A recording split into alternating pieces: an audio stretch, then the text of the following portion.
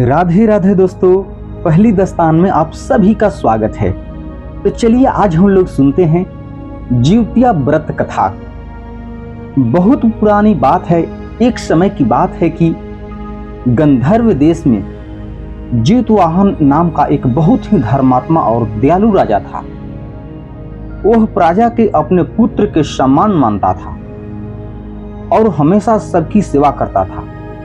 जब उसने देखा कि उसका पिता बूढ़ा हो गया तो उसने राज्य का त्याग कर दिया और अपने पिता को राजगद्दी सौंपकर स्वयं वन में तप करने चला गया।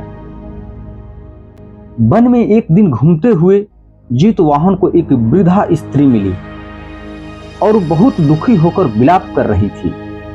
उसने पूछा, माते, आप इतना क्यों रो रही हैं? वृद्धा बोली, मैं नागवंश की स्त्री हूं। यहां हमारे वंश के एक एक पुत्र को रोज गरुड़ ले जाकर खा जाता है। आज मेरी बारी है। मुझे अपने इकलौते पुत्र को बलि के लिए भेजना होगा। यह सुनकर जिउतवाहन को बहुत दुख हुआ। वह बोला, माते, आप अपने पुत्र को मत भेजिए। उसकी जगह मैं स्वयं जाकर बलि दूंगा। वृद्धा ने बहुत मना किया, लेकिन जिउतवाहन अपने निर्णय पर अडिग रहा। अगले दिन वह नागपुत्र के वस्त्र पहनकर गरुड़ के पास चला गया। गरुड़ ने सोचा कि यही नागपुत्र है और उसे पकड़कर ले गया। जैसे ही गरुड़ उसे खाने ही वाला था, तभी गरुड़ को यह आभास हुआ कि यह कोई साधारण नाग नहीं है।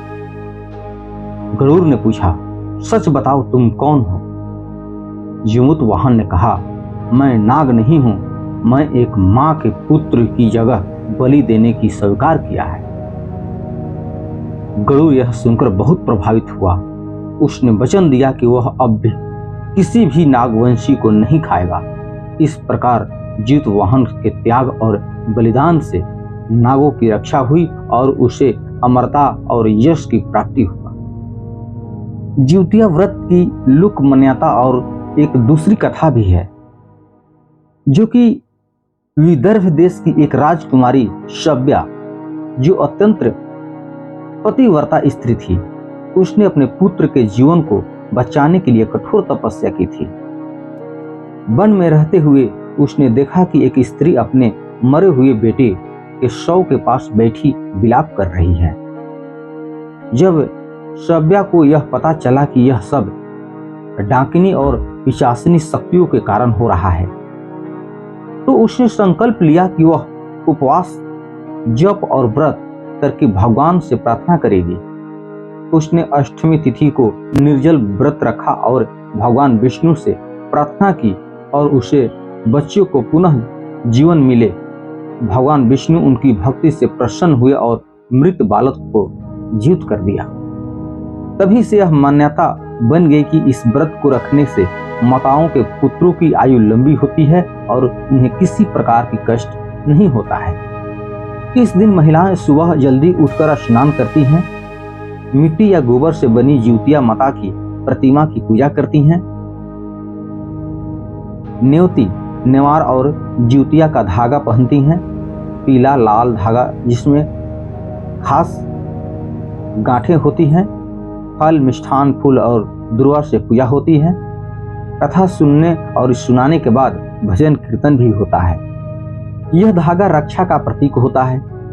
इसमें 8 या 9 गांठें होती हैं, जो अष्टमी या नवमी की प्रतीक होता है। इसे व्रती स्त्रियों पूजा के बाद गले या हाथ में पहनती हैं और साल भर संभाल कर रखती हैं। इस व्रत का फल पुत्र दीर्घायु होता है, घर में सुख शांति और समृद्धि आती है। माताओं के त्याग, प्रेम और शक्ति की यह अभिव्यक्ति है। तो ये कहानी आप लोग को कैसी लगी, कमेंट करके जरूर बताइएगा। हमारे चैनल पर आप लोग अगर नए होंगे, इस चैनल को सब्सक्राइब कर लीजिएगा। तब तक जय हिंद।